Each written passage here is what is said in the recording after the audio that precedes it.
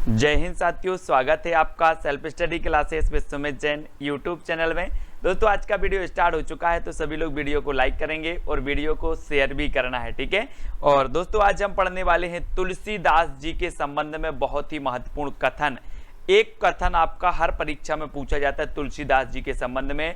हजारी प्रसाद द्विवेदी ने क्या कथन कहा, तुलसीदास को क्या कहा, रामचंद्र शुक्ल ने क्या कहा, ये चीजें आज हम ट्रिक से पढ़ने वाले हैं, ठीक है। तो दोस्तों वीडियो को पूरा देखना और वीडियो को लाइक अवश्य करना। और ये व्हाट्सअप नंबर दिया है तो आप व्हाट्सअप ग्रुप से भी जुड़ सकते हैं, ठीक है। स्टार्ट करते हैं दोस्तों आज का ये वीडियो। आज का दोस्तों आपका है कि तुलसीदास को कली काल का वाल्मीकि किसने कहा है। अब दोस्तों 2 सेकंड आपको दिए जाते हैं और आपको उत्तर का चयन करना है कि तुलसीदास को कली काल का वाल्मीकि किसने कहा है। और मैं आपको बता दूं दोस्तों कि अपन बोलते ना कि काल आ गया है, काल आ जाए और मुझे उठा ले, है ना। तो कहां से आता है काल, कहां से आता है, नीचे से आता है कि नभ से आता है। बोले सर नभ से आता है, तो कलिकाल का वाल्मीकि कौन बोलेगा, कौन बोलेगा। काल आता है नभ से, तो कलिकाल का वाल्मीकि कौन ने बोला, नाभादास। नभ से बनेगा आपका नाभादास, याद रख लेना। इनकी एक श्रेष्ठ रचना है भक्तमाल, ठीक है, नाभादास जी की। फिर दोस्तों आपको अगला है, तुलसीदास को बुद्ध देव के बाद सबसे बड़ा लोकनायक किसने कहा है। ये क्वेश्चन कई बार पूछा गया दोस्तों एग्जाम में। अब 2 सेकंड में आपको बताना है और मैं आपको बता दूं कि बुद्ध देव के बाद सबसे बड़ा लोकनायक बताना है। और आपको पता होगा कि लोग क्या बोलते हैं, मेरा सन लोकनायक है, मेरा सन यानी पुत्र, मेरा सन लोकनायक है ना। तो बुद्ध देव के बाद सबसे बड़ा लोकनायक कौन है, सन, कौन है, सन। तो सन से ग्रियर्सन, ठीक है। इन्होंने ये कहा था कि बुद्ध देव के बाद सबसे बड़े लोकनायक हैं कौन, तुलसीदास। किसने कहा था, ग्रियर्सन साहब ने, ठीक है। ऐसे याद करेंगे। तुलसीदास को रूपकों का बादशाह किसने कहा, रूपकों का बादशाह। अब 2 सेकंड में आप अपने उत्तर का चयन करेंगे। दोस्तों आपको पता है कि रूपकों का बादशाह है। और आपने देखा होगा कि अपन बोलते ना कि भगवान के अनेक रूप हैं, भगवान के अनेक रूप हैं और रूपकों का बादशाह कहा तो कौन कहेगा, कौन कहेगा, भगवान दीन। क्योंकि भगवान के क्या हैं, अनेक रूप हैं। और रूपकों का बादशाह कहा लाला भगवान दीन ने। अब याद रख लेना, रूपकों का बादशाह जैसे ही आपसे पूछा जाएगा और आपको याद आ जाएगा भगवान के रूप अनेक हैं, है ना। तो लाला भगवान दीन आपका बिल्कुल सही होगा। अब दोस्तों तुलसीदास को आनंद वन का वृक्ष किसने कहा। तो 4 विकल्प हैं और आपको पता है कि वन के वृक्ष में दोस्तों मधु बहुत मिलता है, मधु बहुत मिलता है और आनंद आता है। तो आनंद वन का, आनंद के वनों के वृक्ष में मधु मिलता है। क्या मिलता है, वन के वृक्षों में मधु मिलता है। और मधु मतलब शहद भी होता है, तो मधु मिलता है। तो डॉक्टर मधुसूदन सरस्वती ने कहा कि आनंद वन का वृक्ष। तो वन के वृक्षों में क्या मिलता है, मधु। तो आनंद वन का वृक्ष कौन बोलेगा, मधुसूदन सरस्वती, यानी सी नंबर आपका बिल्कुल सही हो जाएगा, ठीक है। बढ़ते हैं अगले क्वेश्चन की ओर दोस्तों। तुलसीदास को समन्वयवादी कवि किसने कहा, समन्वयवादी कवि। ये कथन किसका, उन्होंने कहा कि तुलसीदास समन्वयवादी कवि थे।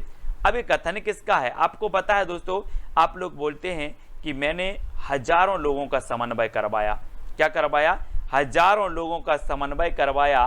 तो ये समन्वयवादी कवि कौन बोलेंगे, हजारों लोगों का समन्वय करवाया तो हजारी प्रसाद द्विवेदी। इन्होंने कहा कि तुलसीदास समन्वयवादी कवि थे। किसने कहा, हजारी प्रसाद द्विवेदी ने। क्योंकि हजारों लोगों का क्या करवाया, समन्वय करवाया, ठीक है। इस प्रकार से याद रखेंगे। अगला है दोस्तों, तुलसीदास को मानस का हंस किसने कहा। 4 विकल्प हैं और आपको पता है कि मानस का हंस यानी हम बोलते हैं कि हमारा मन तो चाहता है कि अमृत मिल जाए। हमारा मन या हमारा मानस क्या चाहता है, अमृत मिल जाए और इस जन्म मरण की जो झंझट है इससे मुक्ति मिल जाए, है ना। तो मानस चाहता है, मन चाहता है। तो मानस का हंस क्या चाहता है, अमृत मिल जाए। तो अमृतलाल नागर, है ना। इन्होंने दोस्तों तुलसीदास जी के जीवन पर आधारित इन्होंने मानस का हंस एक रचना है इनकी, अमृतलाल नागर साहब की, है ना। तो ये मानस का हंस किसने कहा, अमृतलाल नागर साहब ने, ठीक है। अगला है, तुलसीदास का काव्य समन्वय की विराट चेष्टा है। तो अभी हमने समन्वय के बारे में पढ़ा है कि तुलसीदास समन्वयवादी कवि थे और समन्वय करवाया हजारों लोगों का। तो तुलसीदास का काव्य समन्वय की विराट चेष्टा है, ये भी कौन बोलेंगे, कौन बोलेंगे, हजारी प्रसाद द्विवेदी, यानी कि आ नंबर आपका बिल्कुल सही हो जाएगा। ठीक है, ये नंबर। फिर अगला क्वेश्चन है, तुलसीदास भारतीय जनता के प्रतिनिधि कवि थे। अब ये चीज बताना दोस्तों, आपने पढ़ा होगा कि जनता की चित्तवृत्तियों है ना का जो भक्ति काल के उदय के बारे में जो रामचंद्र शुक्ल ने कहा है, और जनता के जो प्रतिनिधि थे वो कौन थे। आपने देखा होगा, रामायण भी आपने देखी।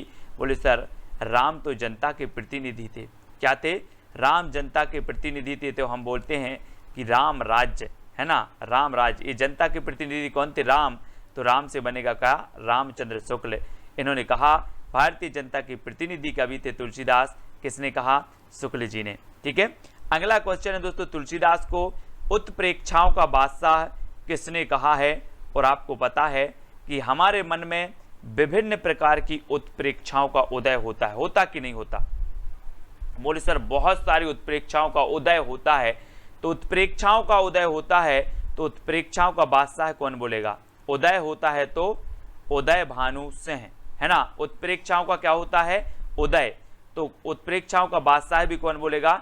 उदय भानु सिंह। ठीक है, ये चीज याद रखनी दोस्तों, आपको याद हो जाएगी। और कभी पेपर में ये क्वेश्चन आ जाए और फिर बता देना कि सर मेरा गलत हो गया, मैंने एक बार बस आपका वीडियो देखा था और मेरा ये क्वेश्चन गलत हो गया। नहीं होगा साथियों, ये चीज आपको याद आएगी उत्प्रेक्षाओं, और वो ट्रिक भी याद आ जाएगी कि उत्प्रेक्षाओं का उदय होता है मन में। ये याद आ जाएगी, आप परीक्षा हाल में बैठ के देखना कभी, ये सारी ट्रिकें याद आएंगी। ठीक है, अगला है, तुलसीदास को भक्ति काल का सुमेरु किसने कहा? सुमेरु बताना है दोस्तों, और मैं आपको बता दूं सुमेरु से बना मेरु। मेरु पर्वत शिखर अपन बोलते हैं ना कि मेरु पर्वत शिखर। और आपको पता है कि जो मेरु होते हैं, ऊंचे ऊंचे पर्वत शिखर होते हैं, जब हम नीचे से देखते हैं तो ऐसे लगते हैं कि ये जो मेरु हैं वो नभ को छू जा रहे हैं, नभ को छुए जा रहे हैं। कौन? मेरु। तो सुमेरु, मेरु से बनेगा सुमेरु, नभ को छुए जा रहे हैं। तो सुमेरु कौन बोलेगा? नभ को से बनेगा नाभा दास। भक्ति काल का सुमेरु कहा है, कलिकाल का कवि कहा है नाभा दास जी ने। ठीक है, तो 7 नंबर याद रख लेना। बोले सर काल भी नभ से आता है और सुमेरु भी ऐसे लगते हैं कि जैसे नभ को छुए जा रहे हों। तो नभ से नाभा दास, यानी 7 नंबर आपका बिल्कुल सही होगा। ठीक है, तुलसीदास भारतवर्ष के लोक नायक हैं, भारतवर्ष के लोक नायक हैं, ये आपको बताना है। और बोले ये हम नहीं कह रहे, दुनिया कह रही।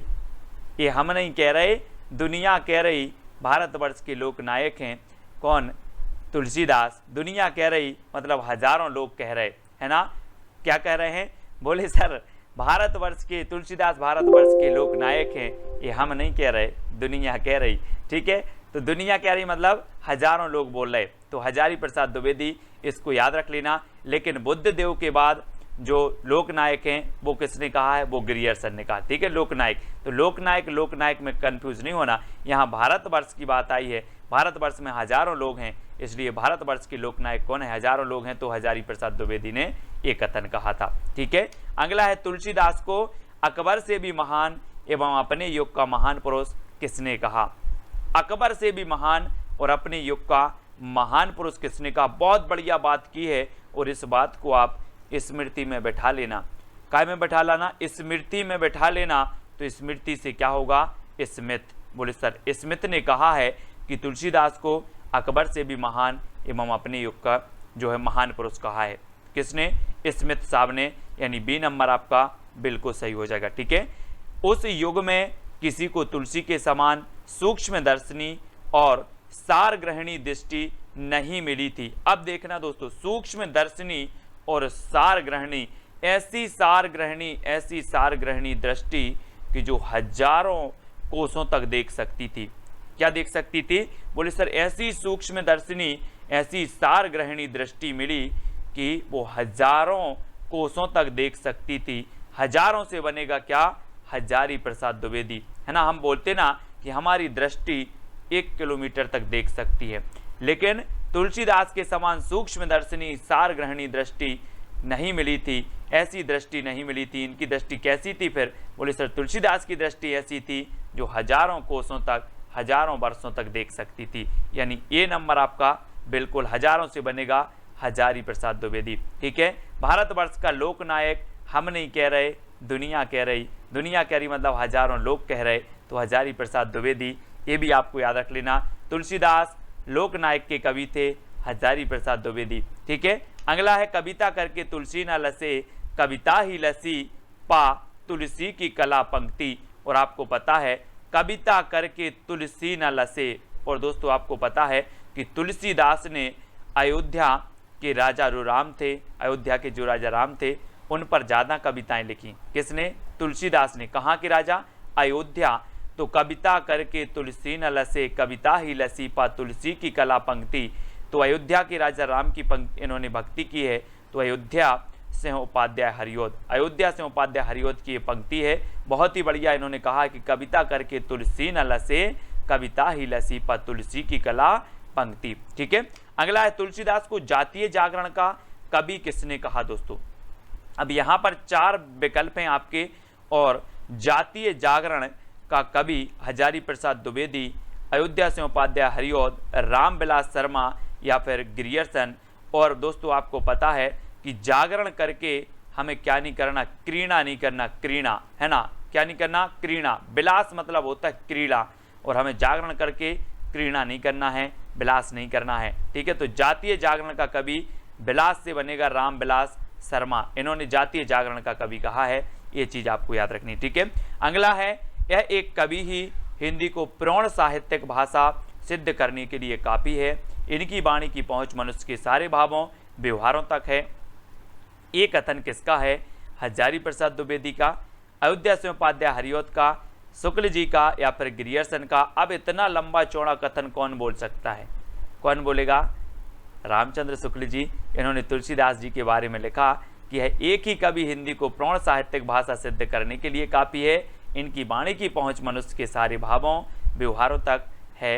ये कथन है रामचंद्र शुक्ल जी का, यानी सा नंबर आपका बिल्कुल सही हो जाएगा। ठीक है, अगला है दोस्तों तुलसी को अनुप्रास का बादशाह किसने कहा है? अब 4 विकल्प है अनुप्रास का बादशाह, और अनुप्रास की बात आती है तो हम बोलते हैं कि सर जहां पर लगातार एक से अधिक बार अगर एक ही वर्ण आता है तो क्या होता है? अनुप्रास अलंकार होता है। एक ही वर्ण आता है और हम यहाँ पर क्या कर दे रहे हैं? यहाँ पर लिख दे रहे हैं राम राम। अब एक ही वर्ण आ रहा है, एक ही वर्ण आ रहा है लगातार, राम राम राम, एक ही वर्ण आ रहा है तो राम से बनेगा रामचंद्र शुक्ल, है ना? और अनुप्रास की हमने परिभाषा जान ली पहले कि अगर एक ही वर्ण आए लगातार तो अनुप्रास अलंकार आपका हो जाता है। ठीक है, बार बार वर्णों की, एक ही वर्णों की बार बार आवृत्ति हो तो, है ना? तो ये अनुप्रास का बादशाह कहा है रामचंद्र शुक्ल जी ने। ठीक है, ये भी आपको याद रखनी है। फिर दोस्तों तुलसी की भाषा पुरानी बैसवाड़ी है, ये कथन किसका है? बताना है। और ये बैसवाड़ी, पुरानी बैसवाड़ी जो कहा है वो कहा है अंग्रेज भाषा वैज्ञानिक बिम्स ने। किसने कहा है? बिम्स ने कहा है ना? ये चीज़ भी आपको याद रख लेना है। अब ये अंग्रेज भाषा वैज्ञानिक थे, अब इनको क्या समझ में आए कि बैसवाड़ी थी कि कैसी थी? इन्होंने कहा कि तुलसी की भाषा पुरानी बैसवाड़ी थी, है ना? बैसवाड़ी किसने? अंग्रेज भाषा वैज्ञानिक बिम्स ने। इस प्रकार से सा नंबर आपका बिल्कुल सही हो जाएगा। ठीक है, अगला है तुलसीदास हिंदी काव्य गगन के सूर और चंद्र हैं, ये किसने कहा है? तुलसीदास हिंदी काव्य गगन के सूर और चंद्र हैं, ये कौन बोलेगा दोस्तों? आपको पता है ये कथन, ये जो है ये पूछा भी गया है कि तुलसीदास हिंदी काव्य गगन के सूर और चंद्र हैं, और ये कथन है किसका? शुक्ल जी का, रामचंद्र शुक्ल, यानी कि सी नंबर आपका बिल्कुल सही हो जाएगा। तो दोस्तों तुलसीदास जी के जो कथन हैं, तुलसीदास से संबंधित जो कथन हैं वो हमेशा परीक्षाओं में पूछे जाते हैं, और आज हमने आपको याद करवाने का प्रयास किया है। हो सकता है मेरी ट्रिक आपको अच्छी ना लगे, लेकिन आपको मैंने जो नॉलेज दिया है, जो प्रश्न आपको दिए हैं, है ना, वो बहुत इंपॉर्टेंट हैं, आपको याद करना है। आप पढ़ कर के समझ जाते हैं, पढ़ कर के याद आपको हो जाता है तो बढ़िया है, नहीं हो पाता ट्रिक से होता है तो ट्रिक से याद करें। मेरा उद्देश्य ये नहीं कि आप ट्रिक से ही करें, जैसे आपको होता है वैसे आप करें। मैं तो बताता हूँ कि जो मेरे छात्र हैं जिनको ट्रिक से याद होता है वो ग्रहण करते जाएं, है ना, और वीडियो को सभी लोग लाइक करते जाएं। और दोस्तों आपका आज का जो चैलेंज प्रश्न है कि भंवर गीत की रचनाकार कौन है? अब दोस्तों ये रचना पूछी भी गई है भंवर गीत, है ना। अभी तक आपने भ्रमर गीत पढ़ा होगा, अब ये भंवर गीत कहाँ से आ गई बोले सर? तो भंवर गीत की रचनाकार कौन है? कमेंट में सभी लोगों को लिखना है, केशवदास, नंददास, कुंभनदास या फिर सूरदास। आप सभी लोग कमेंट में लिखेंगे। और जो भी साथी दोस्तों वीडियो को लाइक नहीं किया है वो लाइक जरूर किया करें, है ना। और IAS स्टडी ट्रिक ये दोस्तों अपना क्या है यूट्यूब चैनल है, इस पर भी आपको जुड़ना है, ठीक है। और व्हाट्सअप नंबर है आपका कौन सा 9098609291, ये व्हाट्सअप नंबर है, तो इस व्हाट्सअप नंबर से भी आपको जुड़ना है, ठीक है। तो सभी लोग वीडियो को लाइक करेंगे, शेयर करेंगे। आज के वीडियो के लिए बस इतना ही। जय हिंद।